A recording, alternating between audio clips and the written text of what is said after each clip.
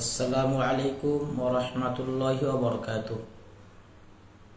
ইন্নাল হামদালিল্লাহ ওয়াস সালাতু ওয়াস সালামু আলা রাসূলিল্লাহ, আম্মা বা'দ। প্রিয় সুধী, আজকে কিছু গুরুত্বপূর্ণ আলোচনা করার ইচ্ছা প্রকাশ করেছি। আলহামদুলিল্লাহ, যদি আল্লাহ পাক তৌফিক দেন তাহলে কিছু গুরুত্বপূর্ণ আলাপ আলোচনা করব। তো দর্শকরা এখনো আসেননি, কিছু দর্শক আসলে আমি ইনশাল্লাহ আলোচনা করব। এই তো আস্তে আস্তে দর্শকরা আসছেন, আলহামদুলিল্লাহ। আরও কিছু দর্শক আসলে ইনশাল্লাহ একটা গুরুত্বপূর্ণ আলাপ আলোচনা করব, যে আলোচনাটি আমাদের সকলেরই প্রয়োজন। এবং আজকে একটি বিষয়ের উপরে আলোচনা করব না, কয়েকটি মোটা মোটা এবং গুরুত্বপূর্ণ বিষয়ের উপরে ইনশাল্লাহ আলোচনা করব। আর যারা অ্যাড হতে চাইবেন একটু আমাকে জানাবেন, অ্যাডগুলো একটু লিখবেন, তাহলে আমি তাদেরকে অ্যাড করার চেষ্টা করব। এবং যাকে আমি অ্যাড করব সর্বোচ্চ 5 মিনিট মতো আমি তাকে সময় দিতে পারবো, যেহেতু সকলেই তো চান যে অ্যাড হবেন। এবারে একজনকে যদি আমি 15 মিনিট 20 মিনিট করে যদি অ্যাড করে রাখি তাহলে সবাই সুযোগটা পাবে না। এই জন্য আপনারা যারা অ্যাড হতে চাইবেন জানাবেন, ইনশাআল্লাহ আমি 3 থেকে 5 মিনিট তাদেরকে অ্যাড করে রাখবো, তারপরে আবার তাদেরকে বার করে দেবো। তারপর আবার যারা অ্যাড হতে চাইবেন তাদেরকে আমি যুক্ত করব। আজকে আমি কয়েকটি গুরুত্বপূর্ণ বিষয় নিয়ে আলাপ আলোচনা করব ইনশাআল্লাহ।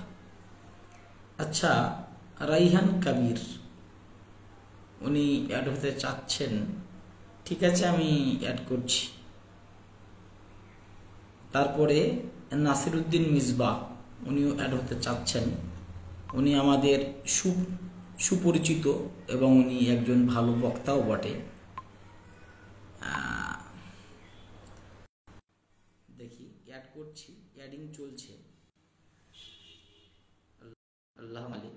আর আপনারা সকলে ফলো করে রাখবেন, যাতে করে আপনারা সঠিক আপডেটগুলো সময় মতো পান। আচ্ছা, এটা ফেল ফেল হয়ে গেল। মিসবাহ সাহেবকে আমি করতে পারলাম না। তারপরে শাকিল আহমেদ, না উনি তো পাঠাননি। তো আমাদের মেহেবুল মন্ডল ভাই আমার খুবই পরিচিত এবং আমরা ভাই ভাইয়ের মতো, আমরা বাল্যকালটা একসাথে কাটিয়েছি। উনিও অ্যাড হতে চাচ্ছেন, আমি ওনাকে অ্যাড করব। আমি চেষ্টা করছি, আমি অ্যাড করার জন্য চেষ্টা করছি। না পারলে কি বলবো, যেহেতু অনেক সময় তো ইন্টারনেটের সমস্যা থাকে। মেহেবুল ভাইকে অ্যাড করার চেষ্টা করছি। মিসবাহ সাহেবকে অ্যাড করার চেষ্টা করলাম কিন্তু পারলাম না, ওটা ফেল হয়ে গেল। আজকে কয়েকটি মোটা ইনশাল্লাহ আলোচনা করব। হাফেজ মুহিবুল মন্ডল সাহেবকে আমি অ্যাড করার চেষ্টা করছি, অ্যাডিং চলছে, দেখা যাক।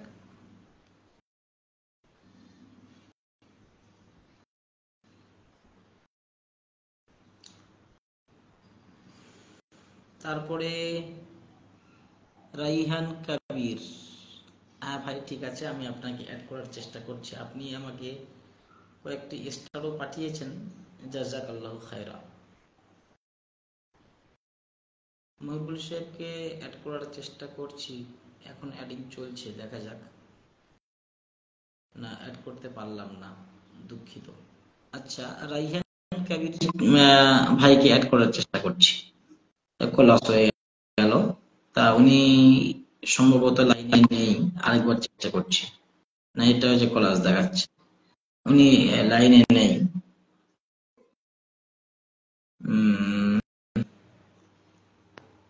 আচ্ছা, এসবি শাকিল আহমেদ এর চেষ্টা করছি।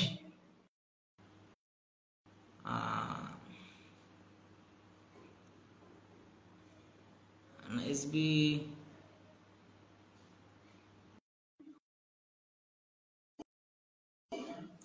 আচ্ছা, এসবি শাকিল আহমেদ কি বলবো যে আপনি রিকোয়েস্ট পাঠান, রিকোয়েস্ট পাঠালে আমি আপনাকে অ্যাড করার চেষ্টা করব ইনশাআল্লাহ।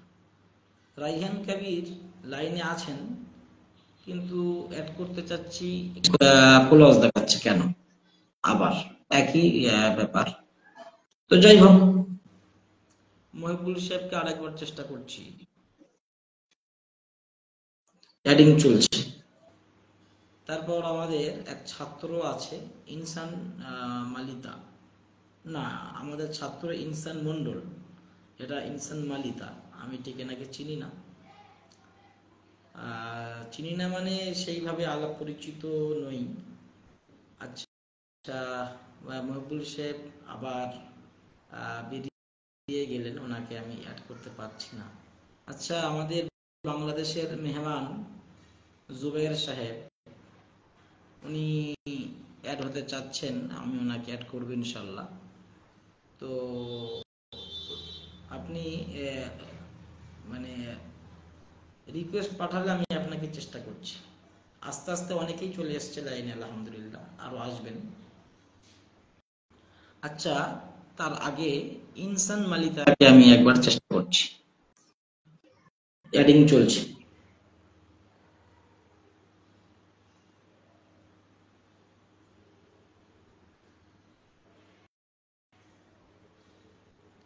মানে আমার এখানে শুধু নেট থাকলেও হবে না, আমি যাকে অ্যাড করব তার ওখানেও নেট থাকা জরুরি, আর না হলে ঠিকঠাক ভাবে অ্যাড করা যায় না। এনাকেও আমি অ্যাড করতে পারলাম না, দুঃখিত। আমি কিন্তু সবার ক্ষেত্রেই কম বেশি চেষ্টা করে যাচ্ছি, কিন্তু পারলাম না। এসবি শাকিল আহমেদকেও চেষ্টা করছি, কিন্তু উনি তো রিকোয়েস্ট পাঠাবেন তবেই। আমি বাংলাদেশের মেহমান জুবের সাহেবকে অ্যাড করার চেষ্টা করছি, অ্যাডিং চলছে, দেখা যাক। হ্যাঁ, আসসালামু আলাইকুম। ওয়ালাইকুম আসসালাম ওয়া রাহমাতুল্লাহি ওয়া বারাকাতুহু। ভালো আছেন? জি আলহামদুলিল্লাহ, কেমন আছেন হযরত? আপনার ভাগ্যটা ভালো, আলহামদুলিল্লাহ, কারণ অনেককেই চেষ্টা করলাম কিন্তু আমি কাউকে জুড়তে পারলাম না। আপনাকে আমি একবারই করেছি, একবারই আপনি জুড়ে গেছেন। আলহামদুলিল্লাহ। এটা আল্লাহ পাকের ইচ্ছা। আমাদের মহিবুল মন্ডল আজকে আমি সাহেবকে আমি খুব চেষ্টা করছি, আমি ওনাকে আরেকবার দেখছি, উনি আমার খুব ক্লোজ, খুব ক্লোজ মানে উম, উনি লাইনে নেই সম্ভবত, ওনাকে ক্লোজ দেখাচ্ছে। আহ, দেখছি আর একবার। আহ, আচ্ছা, আহ, ওই দিক থেকে রিকোয়েস্ট পাঠালে অ্যাড করতে হ্যাঁ, সুবিধা হয়। জি জি জি। সাইফুল ইসলাম গাজীকে আমি পাঠাচ্ছি, দেখা যাক, উনিও লাইনে আছেন, এসছেন। সাইফুল ইসলাম গাজী সাহেবকে অ্যাড করার চেষ্টা করছি, অ্যাডিং চলছে। আচ্ছা, আমি আজকে যে বিষয়ে লাইভে এসেছি বিশেষভাবে বিষয়টা বলে দিই, আপনিও তার সাথে কিছু কথা সংযুক্ত করবেন ইনশাআল্লাহ। আজকে রমাজান মাস এসেছে, আমরা তারাবি তারাবি করে আমরা মাথা খারাপ করে দিচ্ছি। তারাবি ৮ না তারাবি ২০, যদিও বিষয়টি চির মীমাংসিত বিষয়। তারাবি ২০ রাকাত করতে হবে, এটা চির মীমাংসিত। তারপরেও নব্য সালাফিরা উলট পালট করে, কথা কাটছাট করে, কিছু জয়ীফ দুর্বলের সাহারা নিয়ে তারা নতুন করে ৮ রাকাতকে সাব্যস্ত করতে চাচ্ছেন। এটা তাদের ব্যর্থতা এবং এটা তাদের মূর্খতা। তো আমি যেটা বলতে চাচ্ছি, আজকে আমি তারাবি বিষয়ে তেমন আলোচনা করব না, বা আমি মুনাজারাও তেমন ভাবে করব না। তারাবি বিষয়ে ইতিপূর্বে আমরা অনেকগুলো ভিডিও প্রকাশ করেছি, আলহামদুলিল্লাহ, মানুষ তা দেখেছেন, দেখে মানে তারা তার থেকে ব্যাপক উপকৃত হয়েছেন। আমাকে অনেকে জানিয়েছেন যে শেখ বা মানে আমাকে যে যা বলে সম্বোধন করে, যে আমরা আপনার মোনাজারা থেকে আপনার মোনাজারা দেখো। আলহামদুলিল্লাহ। তো আজকে আমি যেটা বলতে চাচ্ছি, আজকে ফিলিস্তিনের করুণ অবস্থা, আজকে ফিলিস্তিনের করুণ অবস্থা, আর এই অবস্থাটা তাদের মসজিদে আকসাকে কেন্দ্র করে। মসজিদে আকসা শুধুমাত্র ফিলিস্তিনদের ইমানি সম্পদ নয়, বরং মসজিদ আকসা তাম পৃথিবীর মুসলমানদের ইমানি সম্পদ। কিন্তু দুঃখে কষ্টে আছেন, মার খাচ্ছেন শুধুমাত্র ফিলিস্তিনিরা।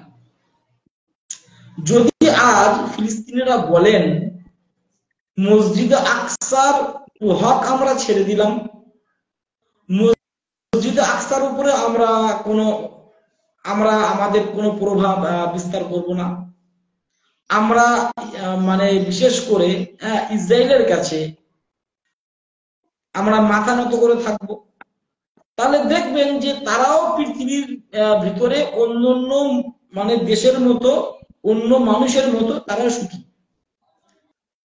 শুধুমাত্র তারা ইসরায়েলের কাছে মাথা নত করবে না, করছে না, এবং মসজিদ আকসার উপরে তাদের যে ইমানি দায়িত্ব থেকে তারা সরে আসছেন না, এই কারণেই কিন্তু তারা আজকে বালা মুসিবতে পড়ে রয়েছেন।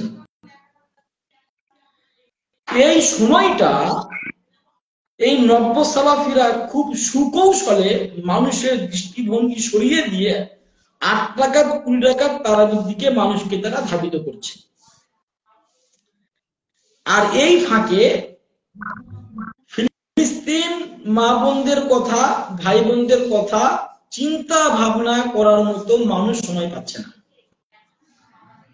এই জন্য আমি বিষয়টা খুব অনুধাবন করেছি এবং বিষয়টা আমি আমার অন্তরস্থল থেকে বলছি, দয়া করে এই কাদা ছোড়াছুড়ি বন্ধ করুন।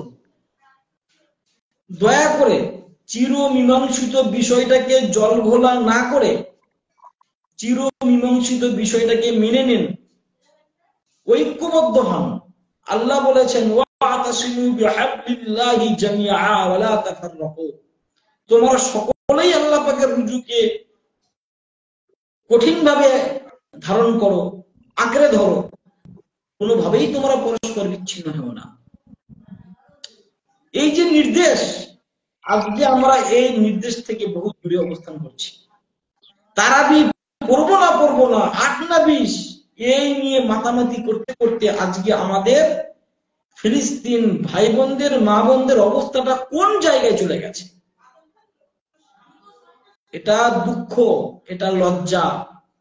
এই দুঃখ, এই লজ্জা দুনিয়ায় শুধু শেষ নয়, এর জন্য কিয়ামতের দিন আল্লাহ রাব্বুল আলামিনের নিকট প্রত্যেকটা মুসলমানকে জবাবদিহি করতে হবে।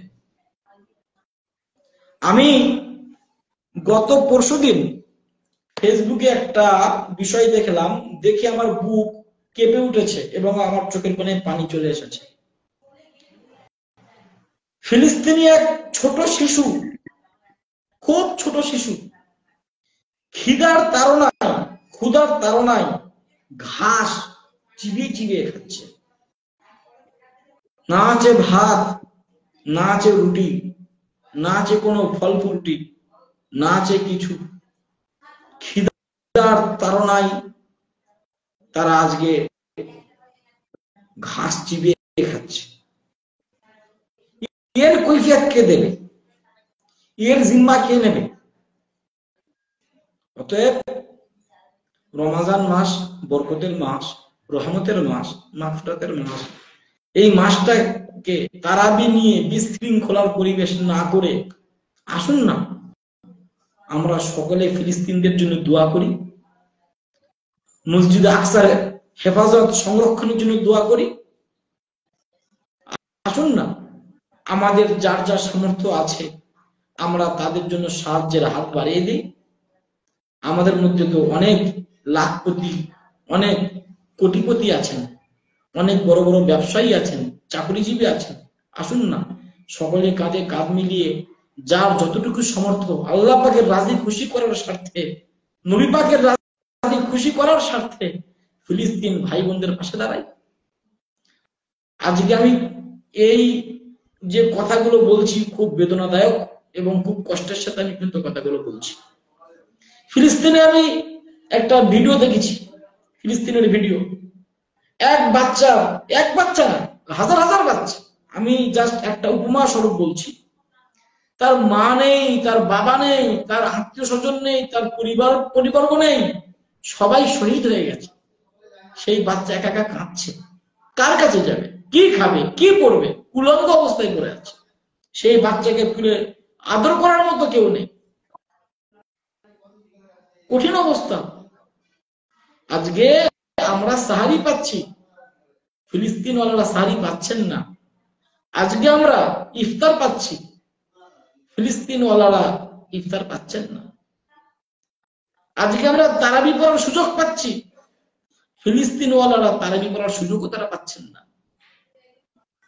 আজকে এই তারাবি ৮ না ২০, এই নিয়ে উম্মতের মাঝে বিভ্রান্ত সৃষ্টি করা, এটা নব্য সালাফি কথা আপনার হচ্ছে তথাকথিত আহলে হাদিসদের চরম শয়তানি, তথাকথিত আহলে হাদিসদের আর একটা নির্লজ্জ ব্যবহার। আমি জাতির সামনে বলছি, জাতি শুনবেন এবং তা ভাববেন। এই নব্য সালাফি তথাকথিত আহলে হাদিসেরা শুধুমাত্র মাসালাগতভাবে আমাদের থেকে দূরে নেই, বরং তারা ঈমান, আকীদা সর্বক্ষেত্রে তারা আহলুস সুন্নাহ ওয়াল জামাত থেকে বহু দূরে অবস্থান করছে। একটা বিষয় আমি বলি, আমি আমার ফেসবুকে গত পরশুদিন ওই এক বাচ্চার ঘাস খাওয়া, আর তার পাশে সৌদি আরবে বর্তমান যারা নব্য সালাফি তাদের ব্যাপক খাওয়া দাওয়ার তোড়জোড়, এই দুটো ভিডিও মানে দুটো পাশাপাশি করে আমি এটা আমার ফেসবুকে ছেড়েছি, আর উপরে আমি দিয়েছি এই দুঃখ কষ্ট সহ্য করবো কিভাবে। তো তাতে করে এক নব্য সালাফি কমেন্ট করেছে, যে কমেন্টটা পড়ে আমার শরীরের পশম দাঁড়িয়ে গেছে। নব্য সালাফি বলছে যে আপনাদের আফগানিস্তানের আফিম ব্যবসায়ীরা কিভাবে ইফতার করছে সেটা দেখান বলে আমাকে গালমন্দ করছে। একটা ফিলিস্তিনি বাচ্চা ঘাস খাচ্ছে, ঘাস, আর পক্ষান্তরে সৌদি আরব একটা ধনী দেশ, সেই দেশ তারা বিভিন্ন আনন্দ উল্লাস করে বিভিন্ন খাদ্য তারা ভক্ষণ করছে। আজকে তারা তাদের পাশে নেই, এটা বোঝানোর জন্যই আমি তা দেখিয়েছি। এখানেও তারা মাযহাবগত ভাবে আক্রমণ করছে। আফগানিস্তানে সকলে হানাফি, তারা সকলে তারা দেওবন্দি, এই জন্যই তারা ব্যাখ্যাটা উল্টে দিল। ওই যে একটা ফিলিস্তিনি বাচ্চা বাপ হারা মা হারা, তার কাছে খাদ্য নেই, সে যে ঘাস খাচ্ছে এটা তার চোখের সামনে পড়লো না, এখানেও সে মাযহাব খুঁজছে, এখানে সে মানহাজ দেখছে। তাহলে এরা কারা? এদেরকে বয়কট করুন, 100% এদেরকে বয়কট করুন। যার ভিতরে মানবতা কাজ করে না, যার ভিতরে একজন মুমিন মুসলমানের বাচ্চা না খেয়ে পড়ে আছে, সেদিকে তাদের কোনো ধ্যান নেই, ধারণা নেই, এখানেও যদি তারা ফতোয়া খুঁজতে যায় তাদেরকে বয়কট করুন।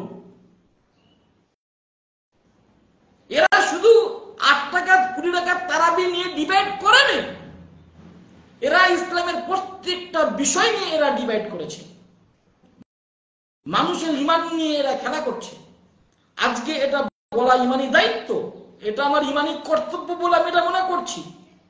তাতে আমার শত্রু বাড়লো না কমলো, তাতে আমার বন্ধু বাড়লো না কমলো, ওটা দেখানোর সময় নেই। অতএব নব্য সালাফিদের খপ্পরে আপনারা পা দেবেন না। আজকে আমি সুস্পষ্ট ঘোষণা করছি, নব্য সালাফি তথাকথিত আহলে হাদিস সম্প্রদায়, বাতিল সম্প্রদায়, গোমরা সম্প্রদায়, তাদের সাথে কোনো তর্ক নয়, তাদের সাথে কোনো ধর্মীয় কথা নয়। তাদের সাথে আমরা ভালো আচরণ করছি, ভালো আচরণ করব, তাই বলে এই নয় যে তাদের অন্যায়গুলোকে আমরা সমর্থন করব। আপনারা নিশ্চয়ই দেখেছেন বহু শায়েখ, আমি তাদের নাম নেব না, বহু শায়েখ ফিলিস্তিনের বিপক্ষে দাঁড়িয়েছে। কোন লজ্জায়? ফিলিস্তিনে অবস্থিত মসজিদ আকসা মুসলমানদের ইমানি সম্পদ। আজকে মসজিদ আকসা ইমানি সম্পদ, ইমানি সম্পদটাকে শুধুমাত্র ফিলিস্তিনিরা রক্ষা করতে গিয়ে আজ তাদের এই করুণ দশা। আর এই শায়েখগুলো বিদেশ থেকে টাকা কামিয়ে এসি ঘরে বসে একতলাফি মাসাইলগুলো এবং চিরমীমাংসিত বিষয়গুলো উম্মতের মাঝে নতুন করে ফুটিয়ে তুলে এরা বিভ্রান্ত সৃষ্টি করছে। এদেরকে বয়কট করুন, দেখবেন এদের বয়কটটাই ইনশাআল্লাহ রহমান কিয়ামতের দিন আপনার নাজাতের ওসিলা হতে পারে।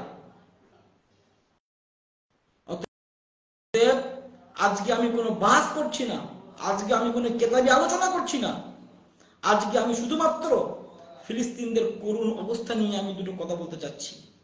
তাই আজকে ফিলিস্তিনদের জন্য দোয়া করুন, আর এই নব্য সালাফিদেরকে বয়কট করুন। নব্য সালাফিরা ফিলিস্তিনের বিপক্ষে গেছে এবং এরা ইহুদিদের পক্ষ নিয়েছে। তাহলে আর বুঝতে বাকি থাকে না এই নব্য সালাফিদের উদ্দেশ্য কি। অতএব আমি দায়িত্ব নিয়ে বলছি, নব্য সালাফি সম্প্রদায় ইসলামের ভিতরে একটা বিশৃঙ্খলা পরিবেশ তারা সৃষ্টি করতে চাচ্ছে এবং এটা খুব সুকৌশলে তারা করতে চাচ্ছে। এই কৌশল যদি আজকে আমার এই জাতি না বোঝে, তাহলে আগামী দিনে ঈমান আমল আকীদা বাঁচিয়ে রাখা খুব দুষ্কর এবং কষ্টকর হয়ে দাঁড়াবে। কে রাহুল, কে মতিউর রহমান, কে আব্দুর রাজ্জাক, কে মুজাফফর, সবকটাকে বয়কট করুন। তাদের কাছে মাসালা নেওয়ার আমাদের কোনো যুক্তি নেই। তারা কারা, তাদের পরিচয় কি, তাদের শিক্ষা কি, তাদের দীক্ষা কি, তাদের মানহাজ কি, তাদের মাযহাব কি, তাদের পরিচয় কি, প্রশ্ন তুলুন। অতএব ফিলিস্তিনের জন্য দোয়া করুন, নব্য সালাফিদেরকে বয়কট করুন। আর একটা কথা বলে রাখি, আফগানিস্তান স্বাধীন হয়েছে, কাবুল স্বাধীন হয়েছে, তাতে করে সারা পৃথিবীর মুমিন মুসলমান উল্লাস করেছে। আর এই নব্য সালাফি শায়েখগুলো কি বলেছে?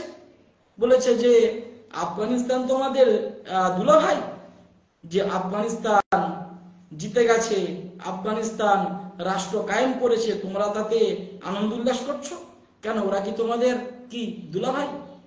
চিন্তা করতে পারছেন যে আফগানিস্তান একটা ইসলামী রাষ্ট্র, যে আফগানিস্তান দিনে দিনে একটা ভালো জায়গা নিচ্ছে, যে আফগানিস্তান পৃথিবীর মানচিত্রে একটা ভালো জায়গায় আসছে, শুধুমাত্র মাযহাবী হওয়ার কারণে তারা, শুধুমাত্র দারুল উলুম দেওবন্দের কৃতি সন্তান হওয়ার কারণে তারা এই নব্য সালাফিগুলো তাদেরকে আজকে গালমন্দ করছে এবং আফগানিস্তান বিজয়ী হওয়ার পরেও তারা আজকে খুশি নয়। তাহলে এরা কারা? শুধু কি এদের সাথে আমাদের নামাজ রোজা ইবাদত বন্দেগী নিয়ে কি তফাৎ? না, এরা আমাদের সব দিকেই দুশমন এবং এরা কারোর কাছে এই বিষয়ে তারা ওয়াদাবদ্ধ হয়েছে যে মুসলিম সমাজে আমরা বিভ্রান্ত সৃষ্টি করেই ছাড়বো। আর যে তারা তা অবশ্য করছে। এক শায়েখ তো বলেও ফেলেছে, নাম করবো না, প্রত্যেকটা ভিডিও ফেসবুকে আছে, প্রত্যেকটা ভিডিও ইউটিউবে দেওয়া আছে, আপনারা তা দেখবেন। এক শায়েখ তো বলেই ফেলেছে যে অনেকে তো সৌদি থেকে টাকা পায়, আমি তো 1 টাকাও পাই না। তার মানে ঝুলি থেকে বিড়াল বেরিয়ে গেছে। এই শায়েখ এখন কোনো টাকা পাচ্ছে না, ও সব বলে দিচ্ছে। অতএব নব্য সালাফিদেরকে এই ফিতনার যুগে বয়কট করুন। আর এই বয়কট করা আপনার ইমানি দায়িত্ব। তাদের সাথে কিসের বাহাস? যারা বাতিল তাদের সাথে বাহাসটা কিসের? বাতিলকে আবার বোঝাতে হবে যে তুমি বাতিল। হ্যাঁ, আমরা বোঝাতাম যদি তারা অজ্ঞতাবশত এই কাজগুলো যদি তারা করতো। তারা কারুর কাছে মোটা টাকার অঙ্ক নিয়ে তারা এটা ইচ্ছা করে করছে। যে ব্যক্তিটা ঘুমাচ্ছে আপনি তাকে ডাকতে পারবেন, যে ব্যক্তিরা জেগে ঘুমাচ্ছে আপনি তার গায়ে 2 বালতি পানি ঢাললেও সে উঠবে না। আর এই নব্য সালাফিগুলো ইচ্ছা করে এই সমস্ত কাজগুলো করছে। আপনি তার সাথে যতই বাহাস করেন, মুনাজারা করেন, তারা ফিরে আসবে না। এইবারে কেউ প্রশ্ন করতে পারে, তাহলে আপনি তাদের সাথে এত কেন বাহাস করেন? আপনি ফেসবুকে এত লেখালেখি ভিডিও কেন করেন? আমি করি আমাদের আহলুস সুন্নাহ ওয়াল জামাতের মানুষের মনোবল বৃদ্ধি করার জন্য, যে ভাই আমরা যে পথে আছি এটা সঠিক, এর দলিল এই, এর দলিল এই, তুমি দেখে নাও। আমার উদ্দেশ্য এটা। আর যেটা আমার সবচেয়ে বড় উদ্দেশ্য, যাতে কিয়ামতের দিন আল্লাহ পাক আমাকে ক্ষমা করেন, যে আব্দুর রশিদ, তুই তোর সাধ্য অনুযায়ী হকটাকে তুই প্রতিষ্ঠা করতে চেয়েছিলিস। এই হলো আমার উদ্দেশ্য, এই হলো আমার গার্জ। অতএব আরেকটা বিষয় আমি বলে রাখি, আজকে আমি দেখছিলাম, নাম নেব না, আবার নাম না নিলেও নয়, চরম ফিতনাবাজ আব্দুর রাজ্জাক বিন ইউসুফ, উনি বলছেন রমাজান মাসে শেষ দশকে ইতিকাফ করাটা যে সুন্নতে মুআক্কাদা, এটা না, এটা যে জরুরি ইবাদত, এটা না, এটা না করলে যে গুনাহ হবে, এটা না, কেউ করলে করবে, না করলে না করবে। চিন্তা করতে পারছেন, যেখানে গোটা উম্মত একমত, এবং উম্মতের একমতের উপরে যার মূল দলিল মুত্তাফাক আলাইহির হাদিস, সেটাকে এরা বলছে এটা একটা সাধারণ নফল ইবাদত, করলেও হয়, না করলেও হয়। অথচ ফতোয়া কি? রমাজানের শেষ দশকে ইতিকাফ করা সুন্নাতে মুআক্কাদা আলাল কিফায়া, করতেই হবে। সেই জায়গাটা এরা বলছেন না। তাহলে এরা ইবাদত থেকে সরিয়ে আনতে চেয়েছে। তারপরে যে ইফতার করা 6 মিনিট 7 মিনিট আগে, এরা প্রত্যেকের রোজাকে এরা ভঙ্গ করতে যাচ্ছে। যেখানে নির্দিষ্ট সময়ের 1 মিনিট আগে ইচ্ছা করে ইফতার করলে রোজা থাকে না, সেখানে এরা চাট বিলি করে 6 মিনিট 7 মিনিট 8 মিনিট আগে এরা মানুষকে এরা ইফতার করাচ্ছে সুকৌশলে, এবং এটা সুন্নত নাম দিচ্ছে। কত বড় বেয়াদব আর কত বড় শয়তানি মনোভাব! একদিকে জ্বালাতন করছে আহলে কোরআন গুলো, আর একদিকে জ্বালাতন করছে আহলে হাদিস গুলো। আহলে কোরআন গুলো রাত না হলে ইফতার করছে না, আর এই আহলে হাদিস গুলো, মানে এরা তো আহলে হাদিস নয়, এরা তো নাম দিয়েছে, এরা সূর্য ডোবার প্রায় 8 মিনিট 7 মিনিট আগে এরা ইফতার করছে। একটা কারো রোজা হয় না। কিয়ামতের দিন দেখবে যে তাদের ঝুলি শূন্য। বলবে আল্লাহ আমি তো রোজা করেছিলাম, আমার রোজা কই? আল্লাহ বলবেন কি, যে তোমরা নির্দিষ্ট সময়ের আগেই ইফতার করে ফেলেছ। এখন সজাগ হন, এই নব্য সালাফি গুলোকে তালাক দিন। সামনে আসছে কুরবানি, ঈদুল আজহা, সেখানেও সমস্যা। কুরবানি করা ওয়াজিব, করতেই হবে, বাধ্যতামূলক, যিনি সাহেবেন সাহেব, না করলে তার গুনাহ হবে। আর একটা হাদিসে আছে, যে ব্যক্তি সমর্থ থাকা পরেও কুরবানি করলো না, সে যেন আমাদের ঈদগাহে না আসে। এত আইদ আছে, এরপরেও এই নব্য সালাফি গুলো, বিশেষ করে আব্দুর রাজ্জাক, বাংলাদেশের চটি শায়েখ, বলছে যে কুরবানি করলেও হয়, না করলেও হয়, সওয়াবের বিষয়, ফজিলতের বিষয়। আপনি করবেন, আপনার নেকি হবে, আপনি করবেন না, আপনার নেকি হবে না। চিন্তা, যেটা না করলে গুনাহ হবে, এ বলে না করলে অসুবিধা নেই। রোজা, যেখানে 8 মিনিট আগে ইফতার করলে রোজা ভেঙে যাবে, বলে ওটা সুন্নত। যেখানে তারাবি 20 রাকাতের কমে হয় না, ও বলছে 8 রাকাত পড়তে হয়ে যাবে। আবার দিন কত বলছে যে তারাবি নামাজই না, তারাবি তাহাজ্জুদ এক। কেউ বলছে যে ফিলিস্তিনরা যে যুদ্ধ করছে, এই যুদ্ধ করাটাই তাদের জন্য নাজায়েজ। চিন্তা করতে পারছেন ফতোয়া কোথায় দাঁড়িয়ে আছে? অতএব আপনারা বিনীতভাবে চিন্তা ভাবনা করবেন যে এরা আমাদের কত বড় দুশমন, এরা ইসলামের কত বড় দুশমন। এদের কাজই হলো সালাফদের নামে সকাল বিকাল বদনাম করা, আর নাম দিচ্ছে সালাফি। এর মতো শয়তান আর এর মতো মুনাফিক আর কে হতে পারে? নাম দেবে সালাফি, অথচ সালফে সালেহিনদেরকে সকাল বিকাল যারা দুর্নাম বদনাম করবে বিভিন্ন অ্যাঙ্গেলে। এদের তো এক সময় কাজ ছিল ইমাম আবু হানিফাকে লানত করা, এখন তো সমাজের চাপে পড়ে বলে রহমাতুল্লাহ আলাইহি, কিন্তু বলে আবার বলে ইমাম আবু হানিফা এই ভুল করেছে, সেই ভুল করেছে, এই করেছে, সেই করেছে, হাদিস থাকতে কোরআন থাকতে মাযহাব কেন মানবো? এই সমস্ত উদ্ভট উদ্ভট প্রশ্ন তুলে মানুষের কাছে এরা একটা বিভ্রান্ত মানুষকে এরা করে যাচ্ছে। অতএব খুব সজাগ হন, সতর্ক হন। সালাম দিন, তারা সালাম দিলে উত্তর দিন, কিন্তু ধর্মীয় বিষয়ে তাদের কাছে কোনো মাসালা জিজ্ঞাসা করতে হবে এমনটা নয়। তারা এমন কোনো মহাপণ্ডিত নয়। মহাপণ্ডিত তো পরের কথা, খবর নিলে দেখা যাবে তারা কোনো ইসলামী শিক্ষা প্রতিষ্ঠানে তারা ভর্তি হয়নি কোনোদিন। বুঝতে পেরেছেন? অতএব খুব সাবধানে থাকুন, আর ফিলিস্তিনদের জন্য দোয়া করুন, মসজিদ আকসার হেফাজতের জন্য দোয়া করুন। এই যে মাতামাতি করবেন না, আপনি 20 রাকাতেই পড়ুন। বিশ্বাস করুন, আপনি 20 রাকাত তারাবি পড়তে পড়তে আপনার যদি ইন্তেকাল হয়ে যায়, আপনি কিয়ামতের দিন আপনি এর জন্য আপনি গর্ববোধ করবেন ইনশাআল্লাহ, যে খলিফাতুল মুসলিমিন ওমর রাদিয়াল্লাহু তাআলা আনহুর নির্দেশ অনুপাতে, তার আমল অনুপাতে, তার শাসন আমলে যে আমলটাই ছিল সেই আমলটা আমি জীবনের শেষ পর্যন্ত করতে পেরেছি। আর আপনি যদি 8 রাকাত তারাবি পড়তে পড়তে যদি মারা যান, তাহলে কিয়ামতের দিন আপনার আর লজ্জা শেষ থাকবে না। এবং সেদিন যদি আপনাকে জিজ্ঞাসা করা হয় যে উলামে হাক্কানি রব্বানিরা তোমাদেরকে কিতাব খুলে খুলে দেখাতো, সনদ পড়ে পড়ে দেখাতো, মতন পড়ে পড়ে দেখাতো, ইতিহাস তুলে তারা দেখাতো, তোমরা মানোনি কেন? উত্তর কি দেবেন? বাহাস আমি বহু করেছি, আল্লাহর শকর আমার সামনে বাহাসে আজ পর্যন্ত কোনো লামজেবির বাচ্চা টিকেনি।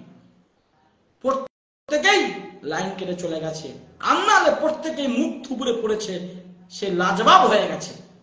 আমার কথা বিশ্বাস আপনাদের করতে হবে না। ইউটিউবে যান, ফেসবুকে যান, আমার পেজে যান, বিভিন্ন পেজে যান, তাদের বাহাসে শোচনীয় পরাজয় হয়েছে। তারা যদি হক পথে থাকে তাহলে তাদের শোচনীয় পরাজয় কেন?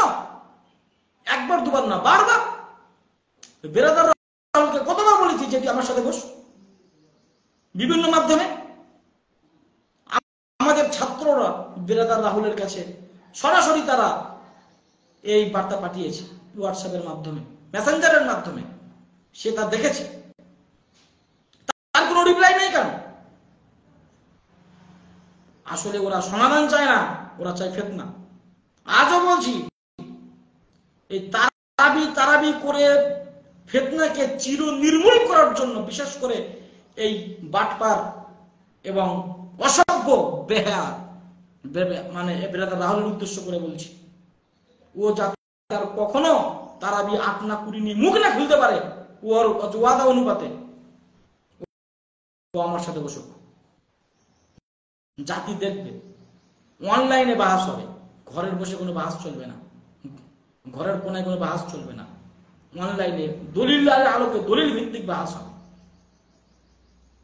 আমি বাহাস করতে এই সময় নারাজ, যেহেতু ফিলিস্তিনের অবস্থা হয়, তারপরেও আমি করব। যেহেতু বেরাদার রাহুল ওয়াদা করেছে, যদি কেউ আমাকে পরাজিত করতে পারে, আমি আর 8 টাকাদের কথা মুখেই আনবো না। সে বলেছে কথা, সে যাতে না আনে, আর সে না আনলে ফিতনা শেষ হয়ে গেল। যাতে ফিতনা নির্মূল হয়, এই জন্য আমি বসবো তার সাথে। কোনো না প্রসারিবি আছে যে আমার লাইভ দেখছে, যে সে বেরাদার রাহুলকে বসাবে 4 হাত পা ধরে? বুঝবে না। বেরাদার কি বলছে? আব্দুর রশিদের নাম নেই, ওর যারা সঙ্গভঙ্গ তারা বলছে আব্দুর রশিদের নাম করে আমি চ্যালেঞ্জ করিনি। একেই বলে বাঙালকে হাইকোর্ট দেখানো, মূর্খ মানুষকে সুপ্রিম কোর্টের ভয় দেখানো। আমার নাম নেই, আমার সাথে বসতে তোমার লজ্জা লাগছে? আলী হাসান উসামা সাহেবের নাম আছে নাকি? তুমি যে 12 জনের নাম পেশ করেছো, তার মধ্যে কি আলী হাসান উসামা আছে? আলী হাসান উসামার সাথে তুমি কেন বসবে? ভাইরাল হবে। বেয়াদব। আমি কি বেয়াদব বলছি অনেকের গায়ে ফাটছে? এটাই সত্য কথা। যে বাইজিদ বাস্তামি আলাইহির রাহমাকে শয়তান বলতে পারে, ইমাম যাহাবী যিনি বিশ্বনন্দিত রিজালবিদ, রিজাল শাস্ত্রের ইমাম, রিজাল শাস্ত্রের অধিনায়ক, হাদিসের সনদ সহিহ যঈফ মুনকার জাল মাতরুক, যার সিদ্ধান্তে অনেক সময় সিদ্ধান্ত গ্রহণ করা হয়, এত বড় মনীষী ইমাম যাহাবী আলাইহির রাহমা সিয়ার ও আলামিন নুবালা কিতাবে বাইজিদ বাস্তামি আলাইহির রাহমার আলোচনা করতে গিয়ে তিনি বলেছেন সুলতানুল আরিফিন। সালাফিরা জানে, বেরাদার জানে যে সুলতানুল আরিফিন কত বড় খেতাব, কত বড় লকব। সুলতানুল আরিফিন কাকে বলে জানে? আরিফিন মানে কি? যারা আল্লাহকে চিনেছে। আর সুলতান মানে হচ্ছে বাদশা।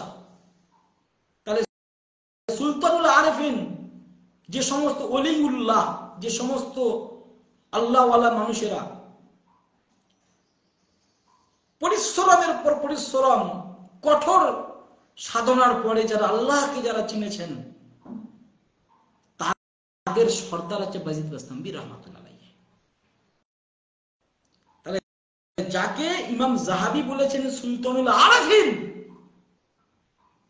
তাকে বাংলাদেশের মতো 95% মুসলিমের দেশে বসে হাজার হাজার জনগণের সামনে এবং অন ক্যামেরায় এবং প্রচারের মাধ্যমে সে কি করে বলেছে বাইজিদ বাস্তামি শয়তান? তখন আপনাদের গায়ে লাগেনি। আমি তো ভালো ভাষা ব্যবহার করেছি রাহুলের ক্ষেত্রে। ও বেয়াদব, ও ফিতনাবাজ, এইসব তো কোনো কথাই না। তো যাই হোক, কথা বললে অনেক কিছু বলা যায়। শুধু আপনাদের কাছে আমার একটা বিনীত নিবেদন, নব্য সালাফি মতাদর্শকে আপনারা একেবারে 3 তালাক দেন।